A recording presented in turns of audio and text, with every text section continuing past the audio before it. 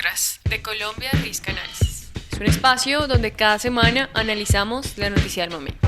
Únete a Podcast y patrocina nuestros episodios. Juntos podemos unir las decisiones con el análisis. Escríbenos para tener más información.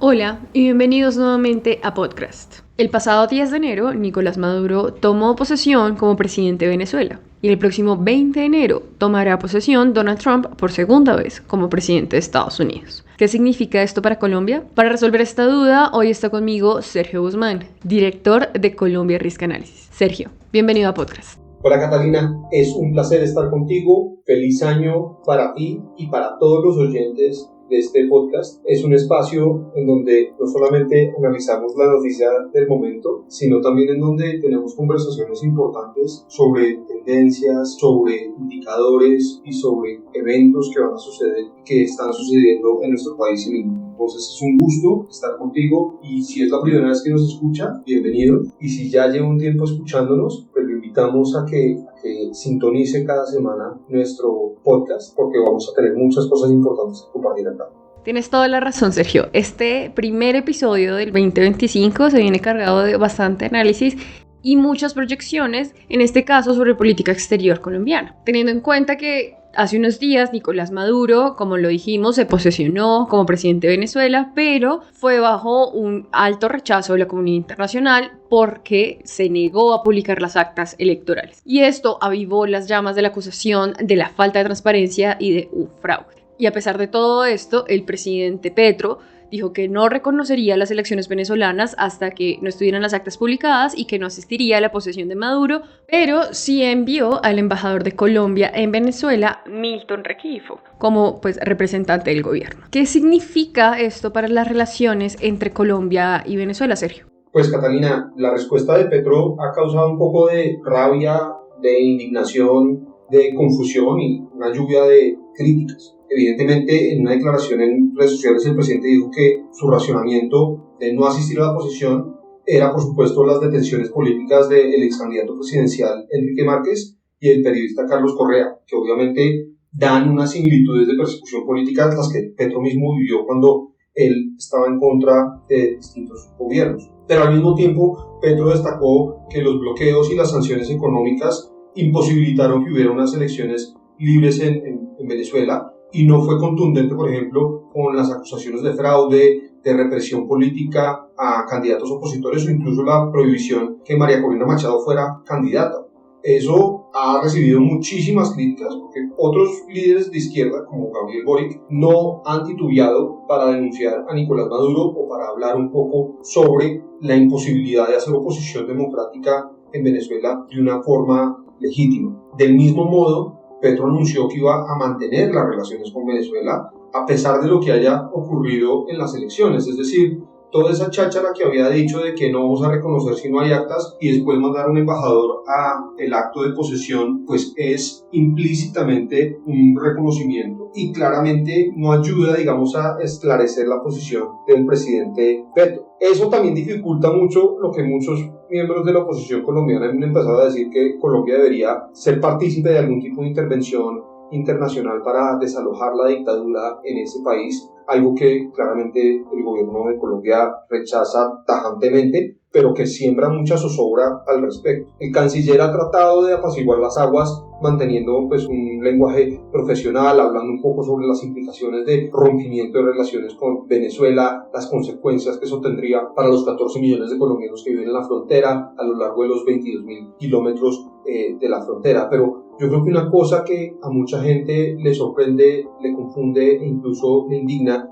es el contraste entre la respuesta de Petro a la situación en Venezuela, que está marcada por prudencia y silencio y diplomacia, con la respuesta que Petro ha tenido con otras situaciones en otros países. Se vienen a la mente las elecciones en Guatemala, en donde Petro asistió a la posesión del presidente Bernardo Arévalo, y no solamente eso, sino buscó quedarse hasta que Arévalo fuera instalado como presidente, o su vehemencia en condenar al Estado de Israel por la situación en Gaza y por su trato a los civiles en la Franja de Gaza y en Cisjordania. Cisjordania que ha tenido. También Petro no titubea para llamar cualquier régimen de derecha, digamos, coqueteando con el nazismo o de ultraderecha o un nuevo 1933. Entonces, esa contundencia y vehemencia de Petro contrasta con ese silencio y con esa prudencia que ha manejado hoy. Eso nosotros lo hemos definido como una posición de ambigüedad estratégica y que Petro va a justamente tratar de navegar ese mar de tensión, justamente porque para Colombia la cercanía geográfica a Venezuela y las repercusiones de un rompimiento de relaciones tanto a nivel económico, político, social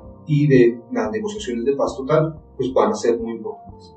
Como tú lo dices, Sergio, el tema con Venezuela es bien espinoso, además de que son muy cercanos, pues se comparte frontera, también hay otros temas como los procesos de paz que se están llevando a cabo y Venezuela es un país mediador en ellos. Sin embargo, con otros países como Estados Unidos también hay un tema de alianza y no por su cercanía geográfica, sino por la importancia de sus relaciones. El 20 de enero, en unos días, se va a posesionar Donald Trump como presidente de Estados Unidos. ¿Cómo va a afectar el mandato de Trump a Colombia, especialmente considerando la crisis en Venezuela? Pues Catalina, mira, lo que podemos presagiar es que el consenso bipartidista que existe en Estados Unidos sobre Colombia está pendiendo de un hilo, o incluso a punto de romperse, porque las diferencias ideológicas entre Petro y Trump presagian una mayor tensión en las relaciones, y considerando que Estados Unidos ha sido un aliado clave para Colombia en economía, en defensa, en migración, en medio ambiente, en justicia, en diversidad, pues estamos viendo que la agenda bilateral va a concentrarse cada vez más en narcóticos, en migración y en Venezuela. En materia de defensa, la política de drogas del gobierno colombiano, de la cual la sustitución de cultivos de coca y la incautación de coca y la lucha contra los grupos del narcotráfico, durante su primera presidencia Trump buscó que Colombia reiniciara la erradicación forzada de coca y la aspersión con glifosato, algo que está prohibido por el Ministerio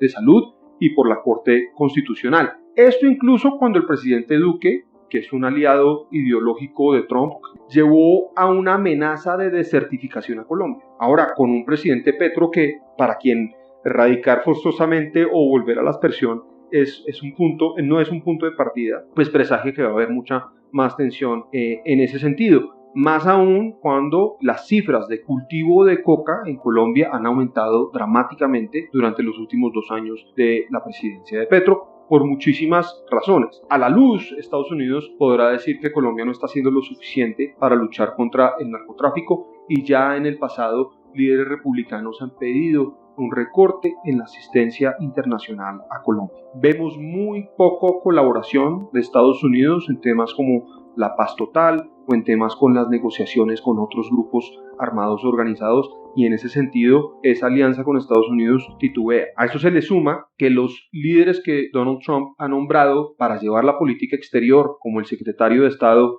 Marco Rubio o como Rick Grenell como enviado especial para Venezuela o como el nuevo embajador Daniel Nuland a Colombia, todos tienen un enfoque en narcotráfico, Venezuela, anticomunismo, que van a generar muchísimas tensiones con los propósitos que el gobierno de Gustavo Petro quiere hacer, porque sus agendas ideológicas distan tanto la una de las otras. Vemos que en el asunto de Venezuela puede haber muchísimo antagonismo porque no hay una solución clara. La administración de Joe Biden acaba de reconocer a Edmundo González como presidente legítimo de Venezuela e incluso aumentó la recompensa para información que conduzca a la detención de Nicolás Maduro y de su ministro de Interior y Justicia, Diosdado Cabello. Trump también reconoció a Edmundo González como presidente electo, pero se deja un poco de espacio para negociar. ¿Cómo va a participar Colombia en esta negociación? ¿Cómo va Petro a navegar ese